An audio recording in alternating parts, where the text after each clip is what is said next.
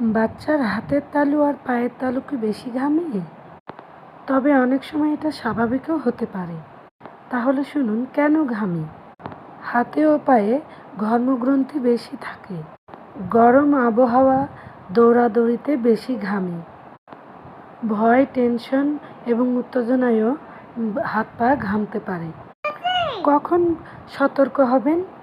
অতিরিক্ত ঘামের সাথে যদি থাকে ওজন কমে যাওয়া, ক্ষুধা বেশি লাগা, বুক ধড়ফড় করা, অস্থিরতা করা, তাহলে ডাক্তার দেখান শিশুকে।